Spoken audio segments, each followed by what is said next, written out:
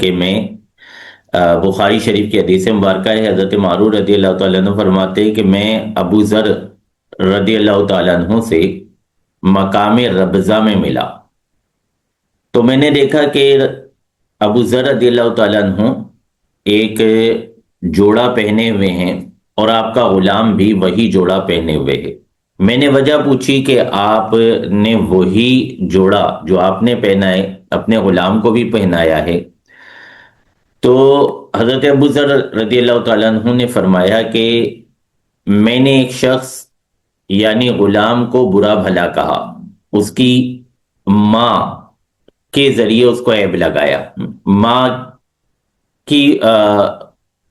اس کو تہمت دی، تو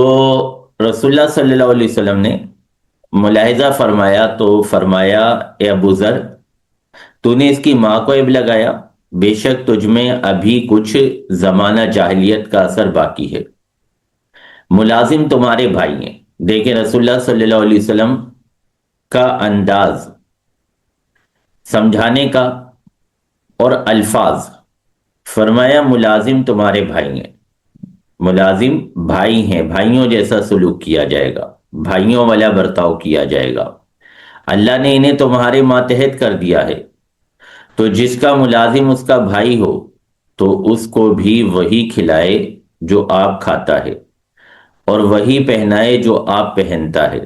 اور ان کو اتنے کام کی تکلیف نہ دو کہ ان کے لیے مشکل ہو جائے، اور اگر کوئی سخت کام دو تو تم خود بھی ان کی مدد کرو۔ اس ایک فرمان عالی شان